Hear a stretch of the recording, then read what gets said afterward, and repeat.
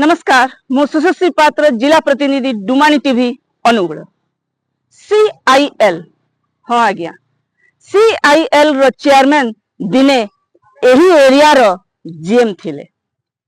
Hingula area रो बहु गारिमामय इतिहास रही किंतु वर्तमान हिंगुला एरिया कुप्रबंधन रो गड़ पलटि थिवार चर्चा जोर धरी। सिविल विभाग ठरू आरंभ करी पर्सनल विभाग सेफ्टी विभाग एवं सिक्यूरिटी संस्थार कार्यावली दुर्नीतिर गंध बारी होई पड़िथिवार कथा अंचलवासी कहउछंती। विभिन्न दुर्नीतिर चेर हिंगुला क्षेत्ररू बलराम ओसीपी पर्यंत लंबी थिबा देखिबाकू मिलिछि। किछि बुद्धिजीवी कटाक्ष करी एही हिंदी गीतटी बोलुछंती, बड़े मियाँ तो बड़े मियाँ छोटे मियाँ भी सुभान अल्लाह। हाँ, बड़े मियाँ तो बड़े मियाँ छोटे मियाँ भी सुभान अल्लाह। तालचेर हिंगुला एरिया अंतर्गत बलराम ओसीपी रे एक मर्मन्तुद दुर्घटना घटी जने श्रमिकक मृत्यु एवं आउ जने गुरुतर अवस्था होइतिबा सूचना मिले। प्रकाश थाउ कि हिंगुला एरिया द्वारा ईपीआईएल कंपनी बलराम ओसीपी रे साइलो निर्माण कार्य करुची।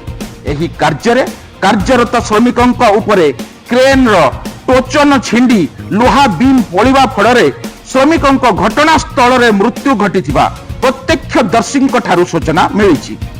मु हेले दिलीप कुमार चौकदार, सांबादिक, आरटीआई एक्टिविस्ट एवं समाजसेवी। वर्तमान बलराम कोयला खणी रे डीजीएमएस गाइडलाइन रो खोला खोली उल्लंघन होउछि। समस्त कार्य रे दुर्नीतिर गंध। सीबीओ डीजीएमएस चुप काहेकि? एही संस्थार अधिकारी को कोन खाली फाइल चाष पर रखा जायछि?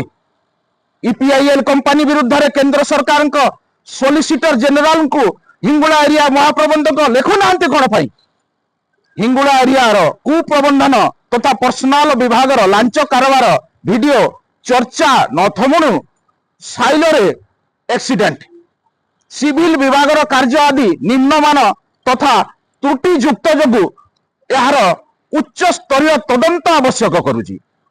एक्सीडेंट रे मरिथिबा श्रमिक देहरे आदौ सेफ्टी इक्विपमेंट्स नाही, वोकेशनल सर्टिफिकेट अछि कि नाही ता मध्य संदेह घर रे, सीएमपीएफ होईची कि नाही ता तदंत सापेक्ष अटे।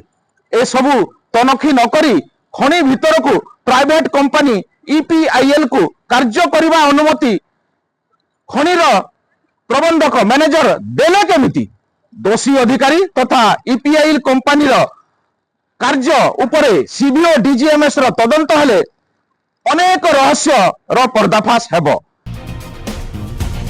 ईपीआईएल निर्माणकारी संस्थार उच्च स्तरीय तदंत पई कार्यरत श्रमिक दाबी करिसंती।